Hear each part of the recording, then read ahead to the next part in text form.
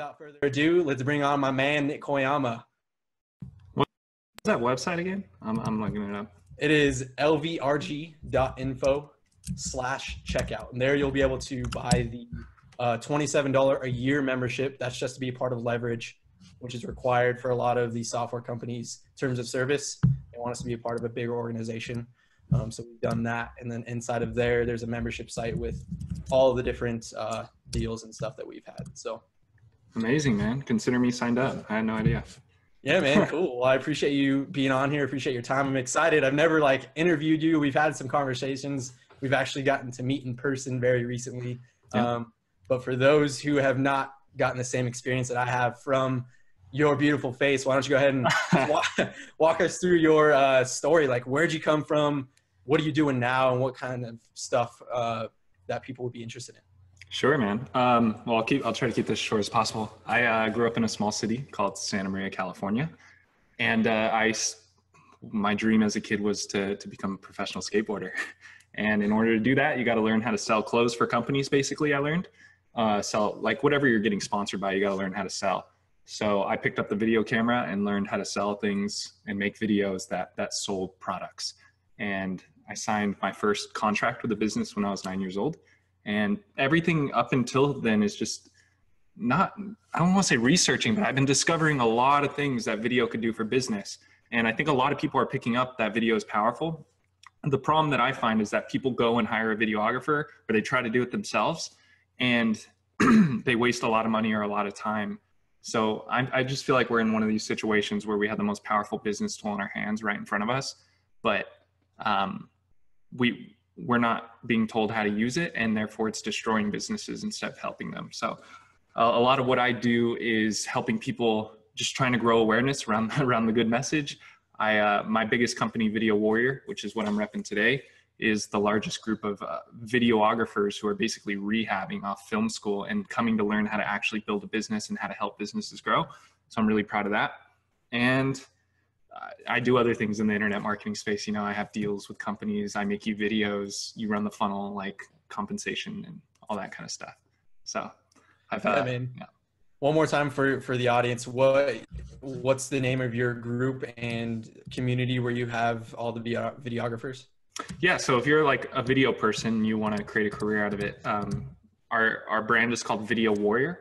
And it's funny, like, it's kind of ironic because we're here in a Facebook group, but my whole business was born and exploded inside a Facebook group, inside a small Facebook group. If you guys want to check that out, if you're a videographer, it's application only. We turn away more people than we let in, but you can try to come in if you're a video person. howtosellvideoproduction.com is how you can get in, or how you can knock on the door. Sweet. Yeah, I remember my first experience with you in a group was, I can't even remember how we met, but I remember it was all about just like competitions and contests, and those who organically made the best videos just with their phone. You would submit it, and then you and your team would choose the best one, and then, you know, give people prizes. I remember you're the person who kind of got me into live video, which, you know, we're doing it right now. I've been doing it consistently ever since. So you're a huge catalyst in how I progress with my confidence on video. So I appreciate you for that. Yeah, no worries, man. You're a natural. I appreciate it. So to start off this interview, I always like to ask, just for those people who, you know, may want to start a video production agency or just start to use more video in their business, and those who, you know, want to hit that benchmark of 6 figures in their business, for someone who wants to recreate what you've done already, what would you say if they're, you know, they're just starting out, they're ready to start fresh and, you know, embark on a new journey in their business? What are the top 3 things you would tell them to focus on for the next 90 days?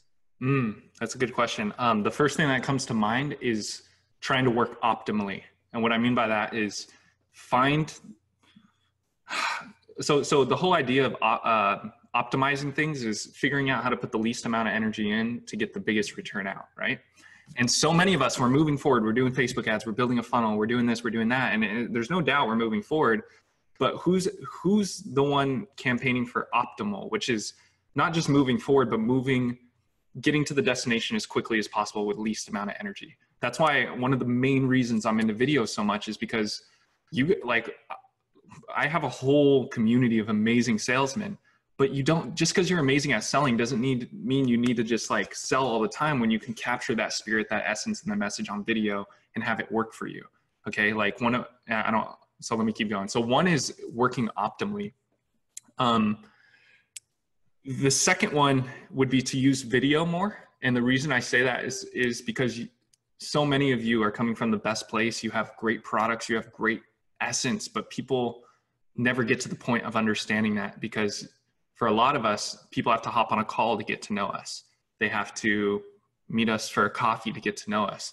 And in the world where online is an entire reality, I really believe we should allow people to connect with us deeply way before we get involved with our time.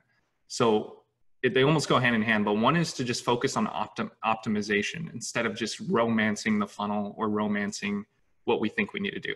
I grew a multi-six-figure business in a Facebook group before coming up with a logo, before designing a website, before running an ad, before coming up with the name of a company, you know, because that's optimization, right? Yeah. We didn't do what we didn't have to do. So optimize, leverage video to transmit and automate things. And then the third one would be mentorship. So radical mentorship, someone who's not afraid to tell you how it is. And depending on how self-aware you are as a person and how much your ego is out of the picture, would be how close that mentor needs to be to you. So for example, I grew up with Gary Vaynerchuk, my entrepreneur thing. And, you know, I'm to a point now where I don't even know how much I want to meet the guy, because he has like a whole voice in my head, and like I have conversations with that dude. So he's like a mentor to me. And I've let him win many discussions in debates, and like in my own head, it's freaking crazy. But if you're like trapped and can't figure out why, I'd have a mentor just stand beside you. So optimization, video, and mentorship. Love that, man. I love it. And this may go hand in hand with the second question I want to ask you, but what is the best investment you've ever made in your business? And that may be mentorship, but I don't know. What would you say? Our financial, right? Just any investment. Okay. You know, sheesh, time, or, you know, when I think of like the thing that's paid dividends in my business is just doing the wrong move and feeling the pain of that. Like, I think so many of us are trying to like navigate a minefield, and we know that there's like a lot of things we could do wrong, and we let the fear of like messing up drive where we're going. For me, my biggest investment was in leading with courage. And that's like the woo-woo answer, but it's honest. I see a lot of people that won't make certain moves and go out and do stuff because they're afraid of something. They're afraid of it not working. They're afraid of what someone would think. They're afraid about losing their money. They're afraid about losing their reputation. And I'm just not, you know? And I fail all the time. I've messed up more things with my clients, and it's made me really, really, really good at helping people. Like, really good at making sure things go smooth now. I still mess up, but that's because I keep trying to go for the next thing. Right. So, is that kind of, would you say that investment is more like it is in yourself, which then eventually transpires into your business, or what would that defining thing be, you think? Like, was it an investment in your mindset, or? Yeah. That's a good question as well. Yeah, it's an investment in mindset. I would definitely say that, because like I'm dealing with a high level mastermind. I'm running my first super high level mastermind. Everyone makes over pretty much $500,000 or more. And what I'm finding is that these guys have cash flows, cash profit centers sitting everywhere, but they don't see it because, you know, it's a little out of their comfort zone. It's a little out of the way the competitors are doing things. So to me, if the mind was different, they were able to escape their perspective, they would have seen that already. And so I think mindset's big. I think everybody's sitting on a profit center right now that they probably don't know about, including yourself, including me, you know, and like, and we just need to escape the perspective. So mindset, probably, and I just want to say financially for a second, my phone. is probably the biggest one. I was in the Apple store the other day and this guy was like $1,000 for a phone, and I have empathy for him, but I'm sitting there like, dude, you know how much like phones are really worth it if you depending on what you do with it. But I think I utilize them. Yeah, you could easily pay that $1,000 off with your phone. Yeah, you guys should connect with Apple or something, or like do some kind of phone thing, because every entrepreneur needs good phones. We are in talks with trying to get some discounts on cell phone plans. So nice. That actually is in the books. Sneak peek for you guys. Yeah, and when they buy that, you should like package it with some training and some app suggestions and like the top 10 PDF and like, yeah, whatever.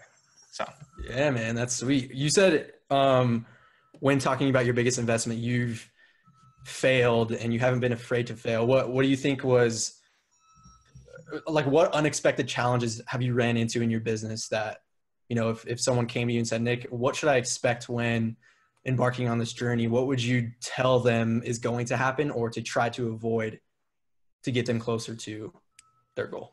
So I would say, let's talk about hiring people. I think the number, who says this?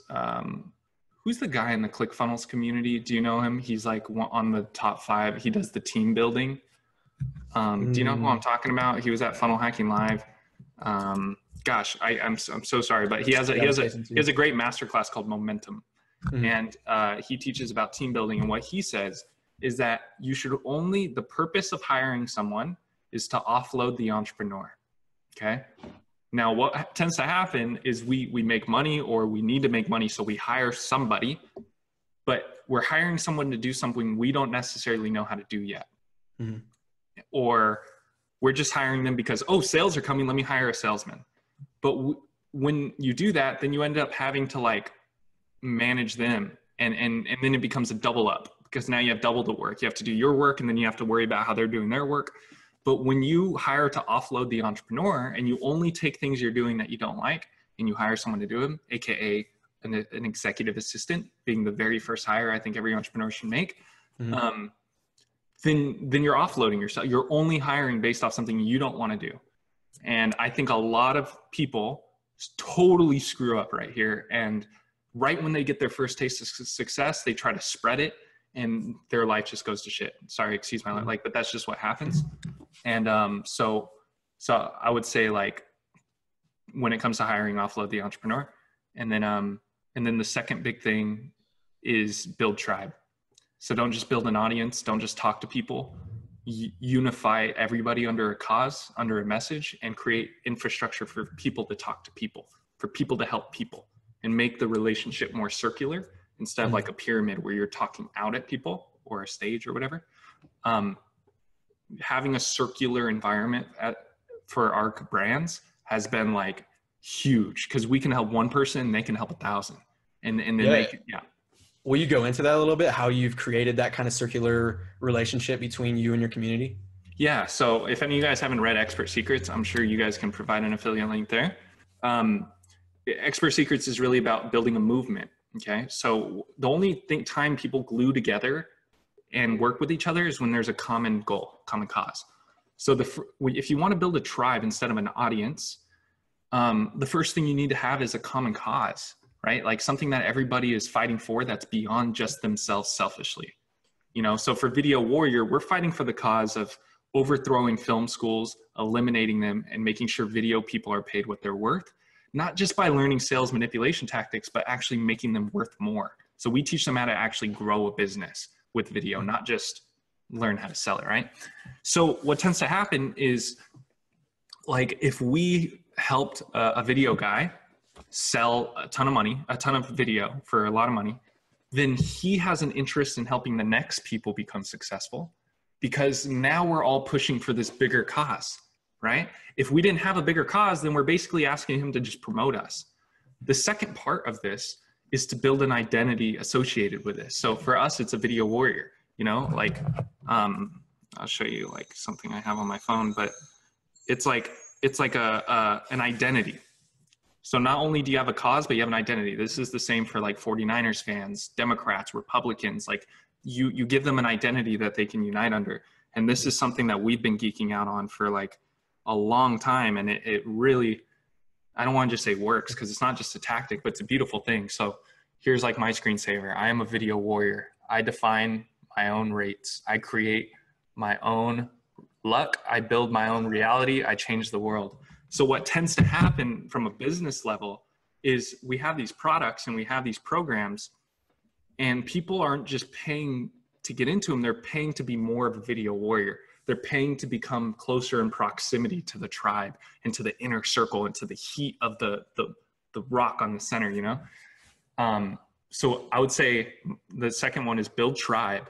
Do so by establishing a common cause that's future-based, okay? And by giving people an identity in which they become when they fight for this cause together. And when you do that, it's like you're already building an audience, so it's not a lot of energy. You just got, it's going to be less energy because we have to help our tribe less because our video warriors are helping each other. It's a beautiful thing. Right. Yeah, dude, that's amazing. Every group that I've seen have success or grow so rapidly has that community. They have that tribe. And so like a bigger, you know, the bigger picture that people are looking for. Us, what we're trying. You've seen our tribe, right? Totally. Yeah, man. It's your engagement, like everybody's just always helping each other and always providing value. It's awesome. Awesome to see. Yeah, that's what our big vision is, to end world hunger. Every time we make a sale, a portion of that goes to feeding people around the world. So nice, man. That's our huge vision. Right? Who do you donate to? I think it's foodability.org or something, foodability something. Yeah, because I know like for every dollar you get like an exact amount of food, right? That feeds an exact amount of people. You guys should go on a trip, man, and film that. Yeah, man. I'm pretty sure. I think every dollar feeds 30 people. Yeah. So you should go capture that and let everyone celebrate in it. All right. We're bringing you along. Yeah, absolutely. we need Nik Koyama with us. Yeah. But I have a question. Is making six figures everything you thought it would be? In a weird way. Well, I made six figures before this company. So are you asking me about the first time I've hit six figures? Yeah, let's start with the first time, and then what did the answer is no. Yeah, so the answer is no, because you know when I built my first business, I had hit six figures by high school. Okay, let me just put that out there. There's something to say about building something that you're excited about, to do the process, not the story. So some of us may say, well, I want to be an influencer, and we love the story of that, but we don't fall in love with the process of becoming one, like hitting people up on DM, trying to collab. So the first time I got six figures, I did not love the process. I was doing music videos and just like whatever I could get in high school and just whoring myself out. And it was amazing because I was like exposed to all this stuff. But I didn't like it because I was a service-based business. So I was always, it's funny how we could trick ourselves into thinking we're entrepreneurs and we own a company when really we have a job and we like do all this stuff we don't like. Now, a couple businesses later, every business at six figures, this time it is more than everything I wanted, man. Like we built Video Warrior, again, no logo, none of this, off the pure heart and soul of wanting to get video people results, seeing that we got results, systematizing it and scaling it. Like it's been amazing, man, because every dollar we make, I know I've helped someone else make dozens of more dollars, you know. Man, so I heard a lot of different things. And that your first time, it was more of a job. You were more in your business than out of it. The second time now, and the first time, it doesn't seem like you had like that. You might've been passionate about it, but you weren't serving the people that you wanted to, it sounds like. And now you've created that. Yeah. Well, I kind of liked it, but I didn't like the process of doing it. Yeah. Okay. I was all screwed up, man. Like if I could have taken my course now, then like, I don't know why I edited anything. I loved editing, but I shouldn't have had to do editing. Like I had to get into homeschooling. Like it was crazy what I had to do to get my business up. And I think what happens, here's something about the human brain. The human brain, when it makes a decision, more times than not defends that decision, whether if it's right or wrong, because we have a natural ability to want to defend our decisions. So if I were to make a decision to sell a music video for $1,000, and in my head, if I already made the decision that I'm going to edit and shoot this, then I'm making incredibly hard on myself to ever rationalize outsourcing anything, building a team, because I've already made the decision. So I messed up early on because I I decided that life, you know, and I thought it's probably better than working at like a cash register or whatever, but it sucked. Yeah. Yeah, it sucked. You were doing all the tasks yourself. Everything. What switched from your last business to the community you've just built? I was hired by some smart people. So luckily like most of the things I know about video, and I'd love to talk about video sometime in this interview, but like most of the things I know is because I was hired by someone extremely intelligent who knew what to tell me what to do. So I didn't know what to do for their business, but they knew, and they hired me because I just needed to do this little piece. So I learned because I surrounded myself with really intelligent people who taught me things. And I do still to this day. I consider myself definitely not the smartest in my core group of people. So what do you think separates you from the others? From the people that I mentor, or just everyone? Everyone. So you said your core group of people. What makes you different? Oh, my core group? If you're not the smartest, what do you think is your strength? I mean, I yield a couple things, man. I would like to believe I have a lot of empathy. So in a weird, like in a marketing way too, in a business way. So I make business decisions based off perception. I know, like I could feel how other people are going to receive things. So it makes it really easy to write copy, do video, things like that. And then, you know how people are like, how they come up with ideas a lot. So I do a lot of that. Yeah. But the way I think my mind works is that it's more me peering in. I don't know if you believe in this idea of infinite like possibilities, infinite dimensions, things like this. But when I come up with an idea, it's not because it's something that doesn't exist. It's because something I think that actually does exist and we need to get there. So when I come up with ideas, like for example, if I came up with the idea for, what were we talking about earlier? Oh yeah, like a phone plan and like 10 PDFs. I'm not coming up with that because I think it's a good idea. I come up with it because I think it actually exists in the future. And I think we should like navigate and sail the boat into that like possibility. So I think something else is I can come up with really good ideas, and they're especially useful for, I can name things really well. I can outline courses really well. I could build business deals and really like collaborative deals really well, where it's like multiple people helping each other, things like that. Nice. But I'm not smart because I'm not a good businessman. This is the crazy part about who I am, which is I love business and I love growing business. I love everything about business, but I actually don't like running a business. And that's been my biggest lesson in the last 12 months, because I would have never believed that. Interesting. This is very fascinating to me. I have a question stemming from what you just said. Was there a thought process that you had to go through in order to shift from you not believing that you were, good at creating ideas and bad at business? Or did you always know that you were just like not aware of it? Well, I'm pretty good. I'm not as bad as some of these guys. It's just when it comes to going all in on your strengths. Yeah. Dude, like, what did you have to do to figure that out? I had to experience the other side of it. So I started Video Warrior with a guy named Marcus Rideout. He's the #1 video selling coach. And I saw opportunity for him. And we had a deal. You run the business, you transact refunds, you communicate with customers, you run the Facebook group, and I will do, it sounds like, but I'll do what I can where I can, like I built both of our courses. I outlined everything. I code taught all of them, came up with the name of our company, the name of these things, the sales message. Like I come in, but I didn't want to run the business, and experiencing that was like a big, cause I ran that as a hobby project. Video Warrior was not my main focus. So it was experiencing the other side of things. Yeah. There's a lot of, have you ever heard of the term Black Swan?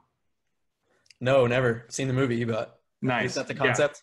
Yeah. No, well, it's a concept created by not created, but I learned it from a guy named Chris Vaughn. He wrote a book called Never Split the Difference. Or no.